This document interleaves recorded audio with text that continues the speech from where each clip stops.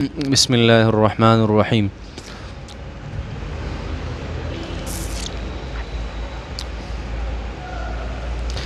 أم لهم نصيب من الملك فإذا لا يؤتون الناس نقيرا أم يحسدون الناس على ما آتاهم الله من فضله فقد آتينا آل إبراهيم الكتاب والحكمة وآتيناهم ملكا عظيما. یاد ساتي ځان سره دا اصول چې انسان چاته نه ټیټیږي په خپل ژوندۍ کې، دا د انسان د مزاج او د طبیعت خلاف ته چې د چا تابعداري وکړي. ځکه د تابعداري په د بد لګي او کم کار چې په د بد لګي نو هغه دی نه کوي. کم کار چې د انسان ناخوښي هغه چېرته کوي. نو په موږ ټولو کې یو انسان داسې شته چې هغه وایي چې موږ د چا تابعداري وکړو او د چا په خپو کې کینو او د چا لاسونه ښکل کړو، داسې نه کوي. نو د چا تابعداري دا د انسان د مکروهاتو نه دا نه خوښوي انسان چې زه د چا تابعداري وکړم او د چا تابعدار دې شم. خو د هغې سره سره انسان ډېر محتاج هم دی. انسان ځینې څیزونو ته داسې محتاج وي چې هغه حاجت ولا څوک پوره کړي نو دی د هغه خادم جوړ شي. یو شاګرد دی هغه د استاد خدمت کوي، دې دپاره کوي چې د علم د هغه حاجت دی، سبق ته هغه حاجت دی. نور هغه هم دا نه غواړي چې زه د استاد خدمت وکړم. یو طرف ته د هغه طبیعت دا نه دی چې زه د چا خادم جوړ شم او د چا تابعدار دی جوړ شم، او بل طرف ته د خپل علمی او د سبق ضرورت ته ګوري نو هغې ته زیات محتاج دی. نو هغه کوي نو د هغې په وجه د خپل استاز او د خپل مشر خدمت هم کوي. یا یو پیر دی د خپل مرید اصلاح کوي، نو مرید یې چېرته هم دا نه خوښوي چې زه د دې پیر په قدمونو یې کښېنم. خو هغه چې دا وګوري چې دی زما اصلاح کوي نو هغه سره دونه مینه محبت پیدا شي، بیا هلته ناست د خدمت هم کوي. هر څه دا هغه اصل مزاج دی د انسان. انسان چېرته هم دا نه خوښوي چې زه په دکان کې ناست یم او کاروبار د کومه او د خلکو سره د دومره نرمه لهجه چلوم که هغه راته کنځل هم کوي. نه خیر دی، زه ورته څه نه ویم. ولې؟ دا اخلاقیات دي د کاروبار. کاروبار مې خرابېږي نو کاروبار ته زما ضرورت ډېر زیات دی، ځکه دا خو زما د پیسو د ګټلو یو ذریعه ده. زه دې ته محتاج یم. نو د خپل احتیاج د وجې نه، د خپل محتاجوالي د وجې نه که څوک ما ته کنځل هم کوي په کاروبار کې، زه ورته څه نه یم. خیر دی خیر دی خیر دی، بس شو خیر دی.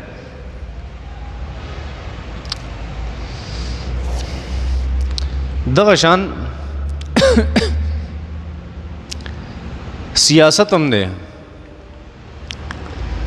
چرته یو انسان دا نه غواړي چې زه په یو سیاستدان پسې ورپسې شم او د هغه دپاره دی چغې ووایم چې پلانکیه زنده‌باد او پلانکیه مرده‌باد، او د هغه دپاره دی جنډې جوړې کړم، او د هغه دپاره دی خپل سر باندې قسم قسم کپړې او ټوکې او ټوپې، چا سرې تړ په سر ږدلي، چا شنې په سر ږدلي دي، او چا ګډوډه رنګ واله ږدلي دي، او چا برګې ږدلي دي، او چا شنې او سپینې. دا ټول څوک چې داسې کپړې جوړې او څوک چې په سر داسې ټوپې او څوک داسې جنډې او دا زنده‌باد مرده‌باد والا چغې وایي، دا د څه دپاره وایي؟ تاسو ته پته شته؟ دا د دې دپاره وایي چې دې سړي له زه اوټ ورکوم او دا سړی به بله ورځ زما په کار راځي. دا هغه انساني ضرورت او حاجت دی. او که دغه سړی د دې انسان دغه ضرورت نه پوره کوي، دغه سیاستدان د دې خپل کارکن او د دې ماتحته انسان ضرورت نه پوره کوي، نو بیا دې په شلق باندې هم نه ولي. نو بیا پاکستاني سیاست دی، نن په یو پارټۍ کې نو سبا په بله پارټۍ کې، او بله اوس په بله پارټۍ کې، بله اوس په بله پارټۍ.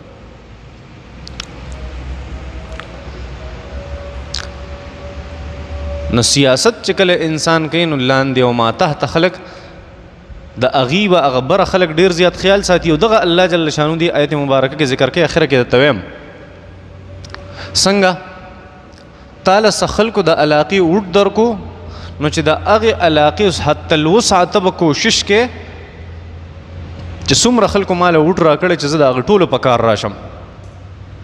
زه به په ځان تکلیف تیروم، زه به دا کوشش کوم چې ما د مشري د یو قوم اغوستې نو زه به هغه مشري سرته رسوم. اوس واورئ، هغه سیاستدان چېرته هم حکمران نشي جوړېدی او نشي کامیابېدی چې کم سیاستدان هغه خرچه نه کوي. دا د قرآن مجید اصول دي. کم سیاستدان چې هغه کله خرچه شروع کی په خپلو ماتحتو باندې الله جل شانو د حکمرانی ورکي. دلته د يهوديانو ګوره الله جل شانو فرمای چې يهوديان دا ډیر زیات بدبخت قوم، د دې بخل، د دې کنجوسواله، شومتوب هغه مشهور دی. ضربت عليهم الذلة والمسكنة وباءوا بغضب من الله. بار بار مخکې تیر شو چې دی باندې الله جل شانو شومتوب او غربت او ذلت او رسوایی هغه پر غورځولې ده. او تاسو لمه مثالونه درکړو دي يهوديانو چې څومره شوم او څومره کنجوس او بخیل قوم نه ده. نه الله جل شانو دویم تفسیر د دې آیت مبارکه ده چې ام لهم نصیب من الملک. الله جل شانو فرمای نشته ردی د پاره، دته استفهام انکاری وای. ام لهم نصیب من الملک، آیا شته د دې د پاره بادشاہي د يهوديانو د پاره؟ نو نشته بادشاہي. بادشاہي ولې نشته؟ فاذا لا يؤتون الناس نقيرا. الله فرمای ک بادشاہي می ول ورکړې وای چاله به یو ټکم نه ورکړې. نو دې د بخل او شومتوب داس یو سیس د چې دی حکمرانی چرته نشی راتله. الله فرمای نه پته لګي چې د سیاسي کامیابی د پاره او د حکومت اغستو د پاره د خپل ما تحت خیال ساتل دا ډیر ضروری. او کنه کوي داسې او صرف زمون د بعض سیاستدانانو غونته کې لګیایي چې ته په مفادات باندې سکه ته خو نظریات والا سیاست کوا، په خپل پغړ ګاډ کی ګرځي، په خپل قسم قسم خوراکونه کوي، په دوانو جامو لګیایي، د پتونانو نه مټي زیات غټي او د مټو نه پتونان زیات غټي، او قسم قسم د زندګي سہولیات هغه ته مهیا او میسري. خو چې کله د عام خلکو خبر راشي د ما تحتو ناغه ته سوې موږ د نظریات او سیاست کو نه کې د مفادات او سیاست. مفادات مغواړي، دنیا مغواړي، بس زموږ یو نظریه ده چې موږ په هغه باندې کلک ولاړ یو، موږ غزې ته ځان رسو. نو نظریه نظریه نظریه نظریه نظریه دې ځای ته راورسي چې مضبوط مضبوط سیاستونه هغه تباہ او برباد شو، خطر او غورځېده. ته چې بل ته د نظریاتو درس ورکې او په خپل د مفاداتو وګې څنګه به ته کامیاب شي؟ نشي کامیابې. تا سره سونه او تعالی بیا الله عزت ترکو، خلکو د لوړ درکو، خلکو د خیال ساتو چې دی به زمون په کار راشي. اوس ته خلکو ته دا سبق ورکې چیرې تاسو د نظریاتو سیاست پکو او د مفاداتو سیاست پنه کو. مان لار مغواړي، مان کوسه مغواړي چې دا د لزه په حکمه، مان ترانسفارمر مغواړي، مان نوکری مغواړي، مان پیسې مغواړي، مان عزت مغواړي، دا سيزونه مان مغواړي. نه زمو خو یو لار او اصول دي، موږ داغه پابند یو. نه دا کم سیاست ته په داسې سیاست خو انسان تکیم نه. تاسو تماوي چې انسان محتاج دی دنیا ته، او ځکه الله جل شانو د په دعا کې دنیا مخکې ذکر کې آخرت وروسته ذکر کې چې نظریات پکېږي، خو اول ستا حاجت ته هغه پوره کړه. اللهم ربنا آتنا فی الدنیا حسنه، فی الدنیا حسنه. اول د خپل دنیا هغه ښایسته کوه، هغه دنیا داسې ښایسته کړه چې ته بیا په خپل نظریې ته ورسې چې هغه ستا آخرت. دا ولې داسې ده؟ ځکه انسان دونه محتاج دی او ته هغه ته نظریاتو خبره کې نظریه دسی نظریه دسی نظریه دسی، زمون خدا سوچ دی او زمون خدا فکر دی. دا کومه طریقه ده؟ دا د پاټو وال ډېرو خیارانی دا کوي داسې په خپله مشتري والي او تا ته به څه وایي نه زمونږ خو اصول دي، موږ به په هغې چلیو او زمونږ یو انداز دی او زمونږ خو یو ترتیب دی او موږ به د هغې خیال ساتو. نه که چا ته دا ووي په خپله پارټۍ کې تاسو کې مختلف پاټو والا ناست ټول، نه که چا ته دا ووي چې ته د نظریاتو سیاست غواړي، که ته د مفاداتو سیاست غواړي، اول د مفاداتو غواړم بیا نظریې څه غواړم سیاست غواړم. زما دواړو ته ضرورت دی، زما نظریه هم پکار د خپله، خو زما مفادات هم پکار دي. دا د اسباب دنیا د زب زندگی نه تیروم زب زندگی نه تیروم د اسباب د لاندې به تیروم هغه اسباب چې کم اسباب لته ما دغلته لېږلی چې ته به زما خیال ساتي تا خو هغه بجا رانه وړه ته مانه څه شوټ غواړي ځکه دا تفسیر د دې آیت مبارکه ځکه دلته ما وکړو چې وروسته الله جل شانه فرمایي ورپسې تقریبا 58 نمبر آیت کې ان الله یأمرکم ان تؤدوا الامانات الى اهلها الله جل شانه تاسو ته دا حکم کوي چې دا امانت چې کوم ستاسو وټ دی چې یو تفسیری بعضې مفسرینو کړی دی رستنو مفسرینو کوم چې پاکستان کې اوسیدونکي مفسرین دي نو الله جل شانه فرمایل تاسو امانت دا د دې امانت اهل ته ورکې وټ هغې چاله ورکې چې د هغې اهل یې الله فرمایي چې د هغې اهل نه یې مه ورکې نو اهلیت د سیاستدان هغه به دوه خبرې یو مفادات او د هغې سره نظریات که نظریات نه هم دا سیاستدان نه دی او نه کامیابېدی شي او که مفادات نه نو په داسې څوک شړق هم نه راځي په داسې سړي سکې دا ستا خیال نشي ساتلی او اوټ اغستی رسه دپاره دی زه به ستا مسایل حل کوم کومه مسله دې حل کړه یوه مسله خو ما ته وښیه که ته بار بار ما ته نظریې خبره کې نو ماله بیا د دې خبرې جواب راکا چې ستا په خپلو نظریاتو عمل نشته ته د مفادات غواړي او موږ ته د نظریاتو درس راکې داسې مه کوه دا خبره درسته نه ده دا خبره بلکل ټیک نه یاد ساتي الله جل شانو دلته د کره او د کوټه تقسیم کوي الله فرمایي ولې دې یهودیانو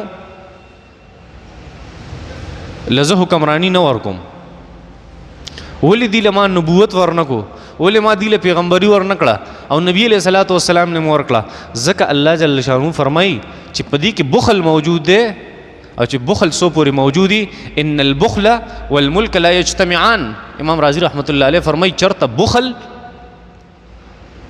او چرته بادشاهي دا چرته نشي یو ځای کېدی نه چې ته د پیسې هم په سیاست کې ځان لګټې او کرسی هم ستا ده او عزت هم ستا دی او تا پکې ګاډي مو ګټل او تا پکې هر څه وګټل او ته خلکو ته بار بار دا خبره کوې چې نه نظریاتو سیاست به کوو د مفاداتو به نه کوو دا څنګه خبره شو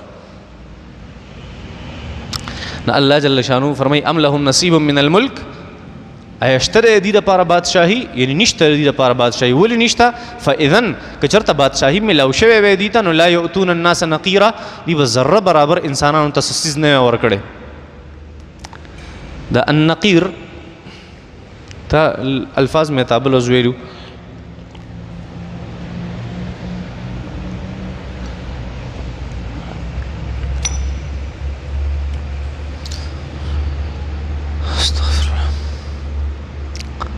او مخکې لفظ ذکر شو فتیل فتیل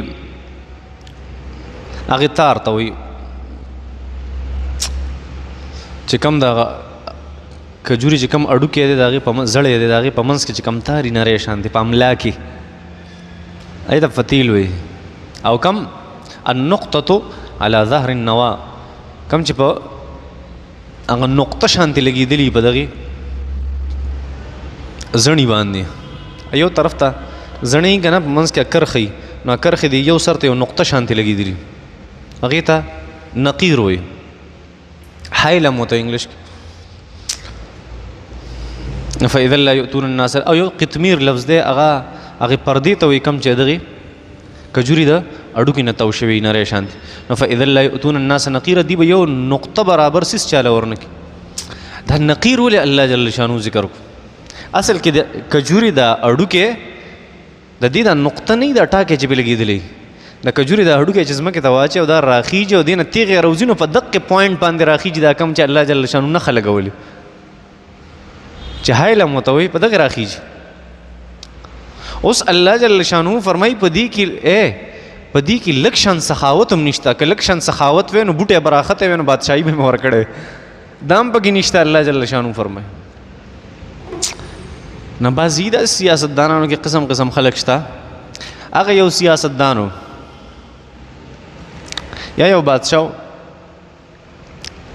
نه هغه ته چېرته کرسی میلاو شو یا د بادشاهت یا د اقتدار بس یو عهده ورته میلاو شو نو یو شاعر راغی پخوا خو ډېر زیات د دې شعر و شاعرۍ اوس هم شته خو څو ورځو کې دې ډېر زیات شوق د خلکو او د بادشاه مخې ته خصوصا د دې سیس ډېر زیات رواج و چې د بادشاه مخې ته به چا ښه شعر و شاعري وکړه هغه به ډېر انعامونه ورکول سره زر سپین زر به یې ورکړل. لطیفه راته کوم، یو سیاستدان یا یو سړی بادشاه شو، یو کرسۍ او یو ځای ورته میلاو شو، نو یو غریب سړی و هغه راغی او شعرونه وي د هغې عهدیدار مخې ته، نو چې یو قصیدې وي هغه ورته وی دله یو اوقیه سره زر ورکې، یو اوقیه سره زر، بیا بله خونې وله ورکو. لا ځینې سیزي داسې چې انسان له خون ورکړي نو بیا وله ښه خون ورکړي. هغه یو طالب چې راتللی و بلوچستان ته، نو بلوچستان کې د بلوچیانو سادهګان خلک وو، نو هغوی له ختم قرآن وکړو، قرآن وله ورتلو، هغوی وله ډېرې زیاتې پیسې ورکړو، نو ډېر زیات خوشحاله شو. خوشحاله شو، بیا د ختم په آخر کې خلکو ته وایي هسې سور کې راغلی او سور کې چې پیسې ډېرې ولیده، دا مال او دولت یې ولیده، خوشحاله شو. وایي لکه یو خبره ده یاره په رکاتونو کې یو 2 رکاته ما نه پاتې شوي دي، راځئ بیا به وکړو. لکه نور یې خوشحالول هغه خلک، نو ځان پسې شاته ودرول او سورة رحمان شروع سورة رحمان شروع کو، وی الرحمن علم القرآن خلق الانسان علمه البیان. او په خوږ اواز لګیا دی چې کله د اخرې ته راورسېدو که نه، والبلوچین والبلوچان فبأي آلاء ربکما تکذبان تبارک اسم ربک ذی الجلال والاکرام. ځینې وخت کې چې انسان له یو څیز خوند ورکړي بس نور هم خوند ورکړي، او چې دا نور څه پکې ځان نه پکې څه ویم. هغه یو تبلیغي چې تبلیغ له تللی و، هغه 4 میاشتې لږ واپس راغی، ساده مزاج. چا ورته لکه څه دې زده کړو؟ ډېره رسه مې زده کړه. وایي څومره څه دې زده کړه؟ وایي دومره رسه مې زده کړي چې وړوکی نیم حدیث هم د ځان نه جوړولی شم. نه خبره مې دا کوله چې هغه د بادشاه مخې ته راغی او خپله قصیدې وړاندې کړه. قصیدې چې کله پیش کړه، بادشاه ورته وایي یو اوقیه سپین زر هم وله ورکړو، او بیا یو پیری بیا وي، بیا بادشاه وي دله ملغلرې هم ورکړي. بس سړی لاړو او ډېر خوشحاله او کور ته لاړو، ښځې ته یې وایي چې نن زمونږ تقدیر بدل شو، پته نه لګي څه داسې ښه کار رانه شو. څه ډېره موده تېره شوه، هغه بادشاه اړو غوږو نه ګرو، دی راغی د بادشاه دربار ته، ښځه ورسره ده. بادشاه سلامت، هغه زما هغه انعام. وایي کم انعام؟ وایي ما یو قصیده وي تا د سرو زرو، دویمه قصیده چې مې وي تا د سپینو زرو، درېیمه قصیده چې مې وي تا د ملغلرو. اعلان وکړو، اوس هغې کې څه راکې که نه راکې راله؟ بادشاه سلامت ورته وایي د ورکړې خبره پکې چا کړې؟ ما خو صرف اعلان کړو، د ورکړې او د اغستو خبره خو ما نه ده کړې، ما خو صرف اعلان وکړو. تا زه خوشحاله کړم، بس ما ته خوشحاله کړې، تا ما ته قصیده وي، ما تا ته قصیده وي. دې کې خو دا خبره نه وي شوې چې یاره زه به در کوم او تا څه نه دي را کړي، زه څه در کړم؟ تا ما له اوټ را کړی دی، دومره څیز دې را کړی، زه تا له د څه در کړم؟ کاغذ دی، ثابته کاپي او رجسټر بدلې دغلته مخامخ والم، خوښه دی ده. الله جل شانه فرمایي دي یهودیانو له زه ځکه بادشاهي نه ورکومه چې دا یهودیان انتهایی کنجوسه دي. مطلب دا دی د خپل ماتحتو خیال نه ساتي، او سیاستدان هغه کامیابي الله جل شانه فرمایي بادشاهت هغه چاته ملاویږي، حکمرانی هغه چاته ملاویږي چې هغه د خپل ماتحتو خیال ساتي. قرآن مجید مطالعه وکړه، یا ایها الذین آمنو، اے د ایمان خاوندانو، علیکم انفسکم، د خپل ځان خیال ساتئ، لا یضرکم من ضل اذا اهتدیتم. دا ټوله دنیا دی بیا ستاسو خلاف شي، ستاسو هېڅ څه نشي کولی، خو د خپل ځان خیال ساتئ. خپل ځان خیال ساتلو څه مطلب دی؟ مطلب دا چې ستاسو کم ماتحته خلک دي د هغې خیال وکړي. هغې داسې دي لکه تاسو. ولې؟ یو سیاستدان چې کامیابیږي د هغه ذاتي کامیابي خو نه ده، خو د خلکو له اوټ ورکړی کامیاب شوی، که نه داسې نه ده؟ نو بادشاه ته وایي د خپل ځان خیال ساته، دا ورته نه وایي چې د ماتحتو خیال دې ساته، وایي د خپل ځان خیال سات. مطلب دا دی دلته را رسېدلی، دا د چا د وجه را رسېدلی نو د هغه ماتحتو خیال ساته. دا الله فرمایي. وګوره که نه، لږ د حضور اقدس صلی الله علیه وسلم سیرت وګوره، لږ قرآن وګوره، لږ احادیث مبارکه وګوره، لږ خپل تاریخ وګوره، مسلمان حیران بشي. نبی کریم صلی الله علیه وسلم حضرت عثمان رضی الله تعالی عنہ د بیعت رضوان چې کومه واقعه ده، حضرت عثمان راولېږو مکې مکرمې ته چې ته لاړ شه او د خلکو سره دا مشوره وکړه د کافرو سره چیرې مونږ مکې مکرمې ته جنگ لن راځو نقصان لن راځو صرف دومره خبره ده چې عمرې له راځو واپس ځو صحابه را سره دي 1400 صحابه کرامو د نبی کریم صلی الله علیه وسلم سره حضرت عثمان رضی الله تعالی عنہ الته حضرت عثمان رضی الله تعالی عنہ لګي سار شو دلته په صحابه کرام کې افواه خور شو نبی علیہ الصلوۃ والسلام الته پړاو اچولو افواه خور شو وای حضرت عثمان شهید کو نبی علیہ الصلوۃ والسلام مبارک خپل لاس داس کو دا زما لاس ته زما دا د حضرت عثمان لاس ته خی لاس مخ کې کوئی دا د حضرت عثمان لاس ته او دا په د محمد رسول الله صلی الله علیه وسلم لاس ته او سو پوری چې د حضرت عثمان بدل نه غسته هغه پوری مدینه منوره ته نو واپس کېږم او ټول صحابه سوار لسوراله او پاغي باندې لاس کې خودو د حضرت عثمان رضی الله تعالی عنہ د بدل لپاره بیعت کو الله جل شانه فرمایل لقد رضي الله عن المؤمنين اذ يبايعونك تحت الشجره زه د هغه ټول صحابونو رضا یم چې کوم د حضرت عثمان لپاره بیعت کړو دې څه مطلب دی چې حضور اقدس صلی الله علیه وسلم د خپل یو کارکون څومره خیال ساتو دا سیاستدانان ته عقل خي او یا کالو شو دا قوم او جوړو او په دې قوم کې سړیتوب او انسانیت او غیرت پکې نشته او حمیت پکې نشته چې راپاس یو پانسی دا علاج نه چې نن د پسې نن د پسې نن د چا دوکه وکړه سټ جدا کا دا علاج دی انما جزاء الذين يحاربون الله ورسوله ويسعون في الارض فسادا ان يقتلوا او يصلبوا او تقطع ايديهم وارجلهم من خلاف او ينفوا من الارض کم خلق چې پزما کې فساد خوري او د پیغمبر او د الله مخالفت کوي الله جل شانو فرمای دا قتل کې یا پانسی کې یا د خپل لاس ته الټا پلټا پرې کې اې د زمکه نو شړې دا علاج دی دا علاج نه دی چې نن د سره او نن د سره او سبا د سره دا کومه طریقه ده چا دوکا وکړه کوم سیاستدان پانسی کې دلته چا پلار بیا شو دا طریقې د هر یو سیس الله طریقه مقرره کړی ده هغه یو وصلى الله تعالى على خير خلقه محمد